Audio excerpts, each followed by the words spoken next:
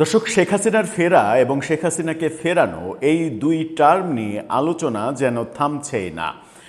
আলোচনা যেমন হচ্ছে, গণমাধ্যমে বিশ্লেষণ হচ্ছে, বহুজন বহু মত দিচ্ছেন। এরই মাঝে বিবিসি বাংলা শেখ হাসিনা ফিরলে কি হবে এরকম বিষয়ে একটা গুরুত্বপূর্ণ ইনভেস্টিগেটিভ রিপোর্ট করার চেষ্টা করেছে, যেখানে তারা বহু পক্ষের সঙ্গে কথা বলেছে, কথা বলে প্রকৃত বাস্তবতাটা, প্রকৃত পরিণতিটা তুলে আনার চেষ্টা করেছে। শেখ হাসিনা ফিরলে বাংলাদেশের অবস্থা কি হবে সেটাতে মূলত তারা আইনি দিকগুলো খুঁজে দেখেছে, কিন্তু রাজনৈতিক দিকগুলো বোধহয় খুঁজে দেখেনি। হয়তো তারা মনে করেছে রাজনৈতিক দিকটা আলাদা একটা পার্ট হতে পারে, কিন্তু আমরা চলুন তারা যখন আইনি দিকটা দেখছে তখন পাশাপাশি আমরা রাজনৈতিক দিকটা নিয়েও একটু বুঝে ওঠার চেষ্টা করি যে শেখ হাসিনা সত্যিই যদি ফেরেন তাহলে কোন অবস্থার সৃষ্টি হবে। থাকবেন পলিটিক্স টিভির নিয়মিত আয়োজনে।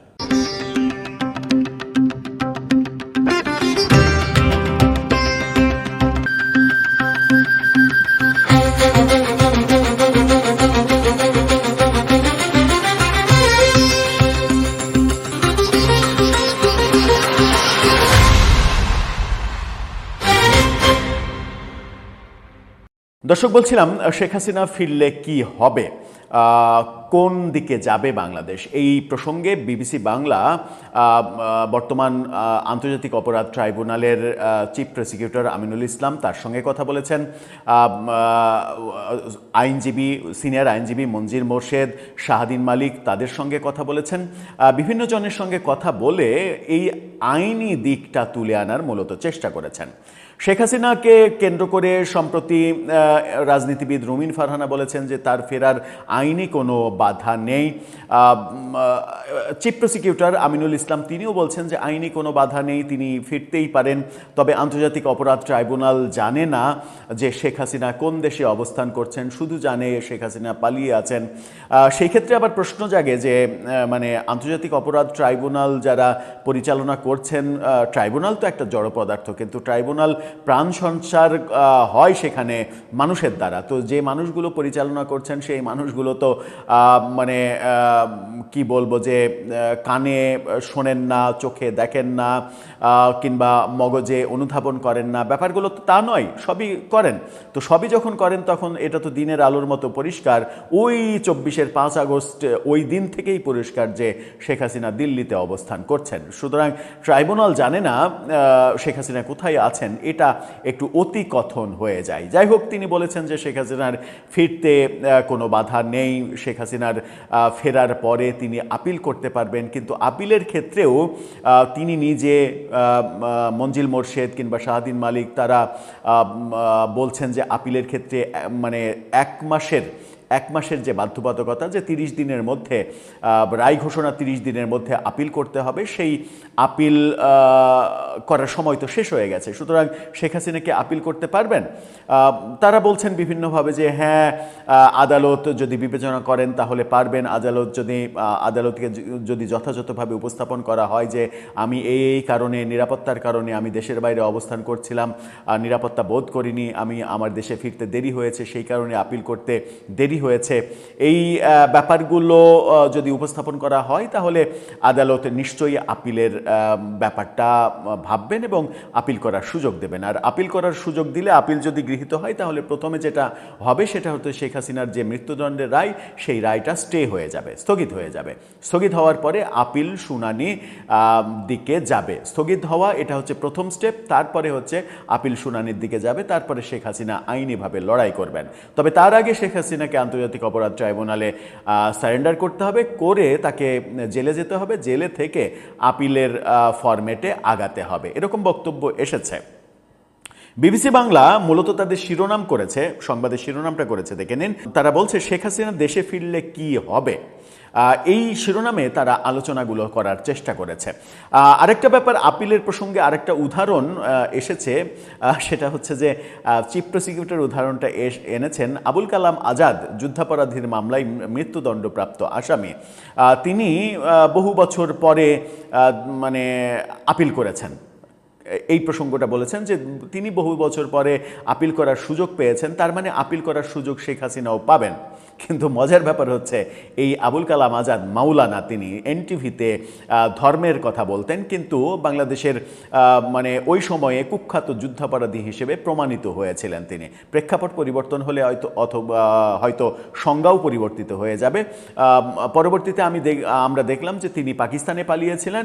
শেখ হাসিনার পতনের পর 2024-এর 5 আগস্ট পতনের পরে ইউনূস সরকারের আমলে তিনি বীর দর্পে পাকিস্তান থেকে ফিরে এলেন। ফিরে এসে তিনি আদালতে গেলেন এবং আদালতে তিনি আপিল করলেন এবং জামিনও পেয়ে গেলেন।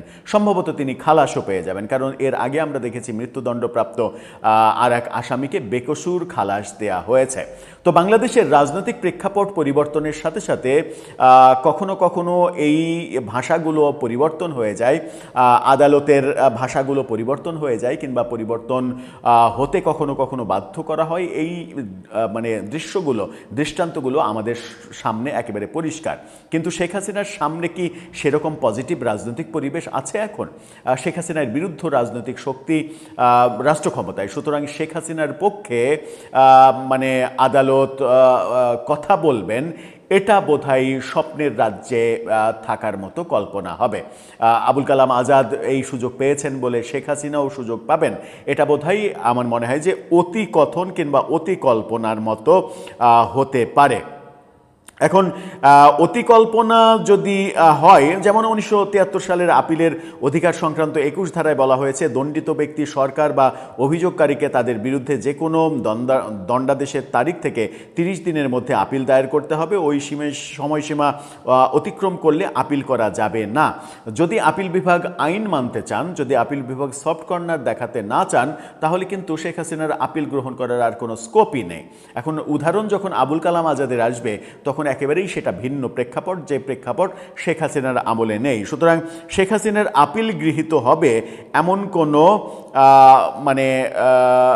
মানে উদাহরণ কিংবা মানে নমুনা আমাদের সামনে নেই। সুতরাং ওখানে একটা বড় ব্যাপার রয়েছে। আরেকটা বড় ব্যাপার সেটা হচ্ছে যে আইনজীবী মঞ্জিল মোরশেদও বলেছেন যে শেখ হাসিনার কাছে এখন পাসপোর্ট নেই। পাসপোর্ট তার কাছে যে লাল পাসপোর্ট ছিল, সেই লাল পাসপোর্ট তিনি হয়তো নিয়ে গেছেন, কিন্তু সেটা বাংলাদেশ সরকার বাতিল করেছে, ইউনূস সরকার সেটা বাতিল করেছে। তার কাছে পাসপোর্ট নেই। বাংলাদেশে আসতে হলে তার পাসপোর্ট লাগবে অথবা ট্রাভেল পাস লাগবে। ট্রাভেল পাস দেওয়ার অধিকার একমাত্র সরকারের। ট্রাভেল পাস সরকারকে দিতে হবে। সরকার যদি চায় শেখ হাসিনাকে ট্রাভেল পাস দিতে, তাহলে দেবে, যদি না চাই তাহলে দিবে না। অর্থাৎ তার ফেরা না ফেরা তার নিজের ইচ্ছার উপরে নির্ভর করছে না, সরকারের মর্জির উপরে নির্ভর করছে। সরকার যদি ট্রাভেল পাস ইস্যু করে, তাহলে তিনি ফিরতে পারবেন, নতুবা তিনি ফিরতে পারবেন না। আবার আরেকটা ব্যাপার রয়েছে, সেটা হচ্ছে যে ট্রাইব্যুনালে শেখ হাসিনার চিঠি। এর আগে আমরা দেখেছি যে আন্তর্জাতিক অপরাধ ট্রাইব্যুনালে শেখ হাসিনা ও আসাদুজ্জামান খান কামালের অনুপস্থিতিতে বিচার এবং মৃত্যুদণ্ডের রায় নিয়ে উদ্বেগ প্রকাশ করেছিল জাতিসংঘ, হিউম্যান রাইটস ওয়াচ সহ কয়েকটি আন্তর্জাতিক মানবাধিকার সংস্থাগুলো সে সময় বিবৃতিতে মানবাধিকার নিয়ে উদ্বেগ প্রকাশ করেছিল। এই রায়ের 5 মাসের মাথায় 1 এপ্রিল যুক্তরাজ্য ভিত্তিক একটি ল ফার্ম কিংসলি নেপোলির মাধ্যমে এই বিচার প্রক্রিয়া, এই রায়কে অবৈধ এবং আন্তর্জাতিক আইনের পরিপন্থী দাবি করে আন্তর্জাতিক অপরাধ ট্রাইব্যুনালে একটি চিঠি পাঠিয়েছেন শেখ হাসিনা। এটাও কিন্তু একটা বড় ব্যাপার যে শেখ হাসিনা অলরেডি আন্তর্জাতিক অপরাধ ট্রাইব্যুনালে একটা চিঠি পাঠিয়েছেন। সে সময় দলটির কেন্দ্রীয় নেতা মোহাম্মদ আলী আরাফাত বিবিসি বাংলাকে এই চিঠি পাঠানোর কথাটা নিশ্চিত করেছিলেন। এতে বলা হয়েছে, আন্তর্জাতিক অপরাধ ট্রাইব্যুনালে শেখ হাসিনার অনুপস্থিতিতে যেভাবে বিচার করা হয়েছে, তাতে আন্তর্জাতিক আইন ও ন্যায্য বিচারের মৌলিক মানদণ্ড লঙ্ঘন করা হয়েছে। হিউম্যান রাইটস ওয়াচ, অ্যামনেস্টি ইন্টারন্যাশনালের মতো সংস্থার উদ্ধৃতি দিয়ে চিঠিতে উল্লেখ করা হয়েছিল, এই প্রক্রিয়ায় মৃত্যুদণ্ড কার্যকর হলে তা সামারি এক্সিকিউশন বা বিচার বহির্ভূত হত্যাকাণ্ড হিসেবে গণ্য হবে। এদিকে চিফ প্রসিকিউটর আমিনুল ইসলাম তিনি বলছেন যে ল ফার্ম ট্রাইব্যুনালে চিঠিটি পাঠিয়েছে সেটির কোনো অস্তিত্বই খুঁজে পাওয়া যায়নি। লন্ডনের একটা ল ফার্ম, একটা বিখ্যাত ল ফার্ম চিঠি পাঠালো, চিফ প্রসিকিউটর বলছেন এটার কোনো অস্তিত্বই পাওয়া যায়নি। অনলাইনে ঘাটাঘাটি করে, এমনকি ওয়েবসাইটে, গুগলে কোথাও এদের অস্তিত্বই নাকি খুঁজে পাওয়া যায়নি। সুতরাং এই চিঠি আমলে নেওয়ার কোনো কিছু নেই। আবার এই চিঠি যেহেতু চিফ প্রসিকিউটর বরাবর পাঠানো হয়নি, সেহেতু এই চিঠি নিয়ে আমারও কোনো কিছু বলার নেই। এটা একটা অতিমাত্রার হাস্যকর মন্তব্য হয়ে গেছে বোধহয়, যে এই ল ফার্মের নামের অস্তিত্বই অনলাইনে খুঁজে পাননি, সেই কারণে তারা এটাকে গুরুত্ব দিচ্ছেন না। এগুলো গেল আইনি দিক, কিন্তু একটা বড় রাজনৈতিক দিক রয়েছে। সেই রাজনৈতিক দিকটা সব থেকে বেশি উদ্বেগের। সেটা হচ্ছে শেখ হাসিনা ফিরলে প্রথম যেটা হবে সেটা হচ্ছে বিমানবন্দর এলাকায় একটা বড় ধরনের বাজে অবস্থা তৈরি হবে। আওয়ামী লীগের নেতাকর্মীরা যে যেখানে আছেন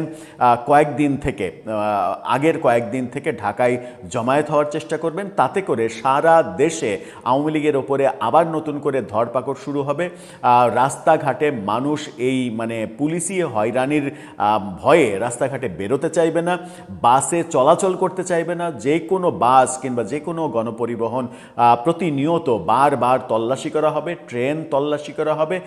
দেশে একটা অন্যরকম পরিস্থিতি তৈরি হবে। এরকম পরিস্থিতির মধ্যেও ঢাকায় যে সকল আওয়ামী লীগের নেতাকর্মীরা রয়েছে তারা অন্তত বিমানবন্দরে জড়ো হওয়ার চেষ্টা করবে।